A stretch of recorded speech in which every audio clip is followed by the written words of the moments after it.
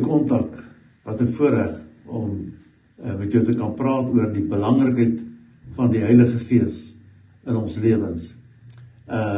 Eerstens wil ek vir sê dat een van die grootste, wonderlikste gebeurtenisse wat ooit gebeur het, wat van die begin af 6000 jaar terug, wat 2000 jaar terug gebeur het, en dit was die uitstorting van die Heilige Gees, wat Jesus beloof het in Johannes 14, en hy vir ons gesê dat is vir ons voordelig dat hy weggaan, teruggaan, want hy sal die Vader bid en hy gaan vir ons die Heilige Gees stuur om ons te leer in al die waarheid. So die grootste draaipunt ooit in die geskiedenis van hierdie wêreld was die uitstorting van die Heilige Gees, die uitstorting van die Heilige Gees aan elke mens. Daarom is dit so belangrik om te weet dat wanneer God met jou praat, terwyl jy nog buitekant die liggaam staan, is die Heilige Gees besig om jou te werk. So, maar dan gebeur daar iets beter, iets meer, wat jou meer vul, en die Bybel sê in Handelinge 1 vers 8, hy sê, want julle sal krag ontvang, wanneer die Heilige Gees oor julle kom, en julle sal my getuies wees. So die draaipunt het reeds 2000 jaar terug gebeur met die uitstorting van die Heilige Gees. Maar ek wil hê jy moet toelaat dat die Heilige Gees in jou lewe werk, in jou omgewing werk, in jou familie werk, om die draaipunt en die Heilige Gees toe te laat, om die draaipunt in jou lewe te laat plaasvind. En kan ek dit so verduidelik,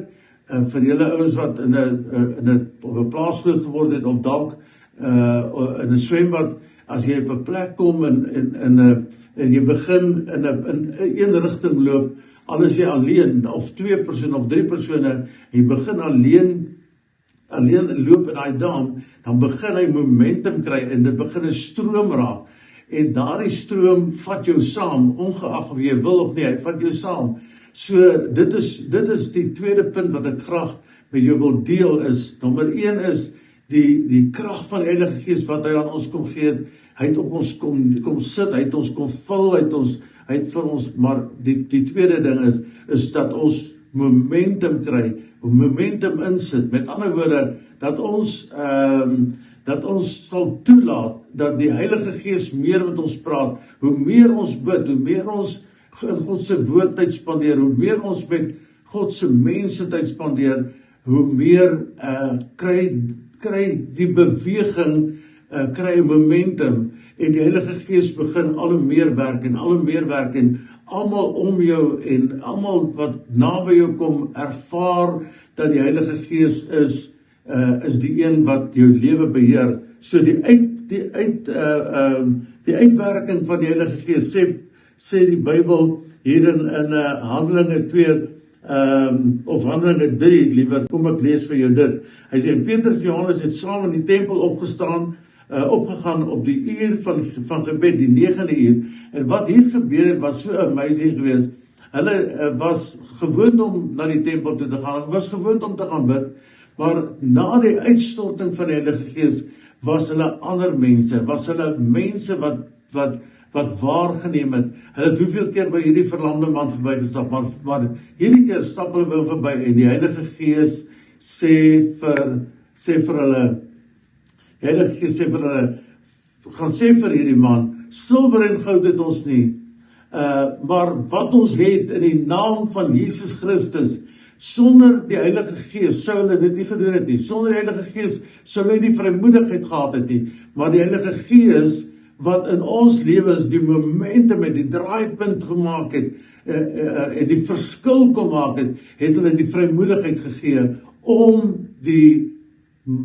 verlamde man aan die hand te vat en om op te ruk of om uit te pluk uit sy omstandighede uit, en om vir hom gesê, silwer en goud ons het, maar wat ons het in die naam van Jesus Christus, staan op en loop. So ek wil vandag vir elke kind van die Here sê, neem daai vrymoedigheid op, neem daai krag op, spandeer tyd met die Here, dat hy daai vrymoedigheid in jou lewe sal laat posvat en jy sal begin dinge doen. En die Bybel sê dat hy, hierdie verlamde man, het saam met hulle in die tempel gedans en die Here geprys. En wat interessant is dat die mense wat hom geken het, wat geweet het dat hy sit by die skone poort, hulle was verbaas om te sien. En hoe gaan ons die wêreld kry om verbaas te raak oor die kerk van Jesus Christus, is wanneer my lewe en jou lewe in so 'n draaipunt gekom het, so 'n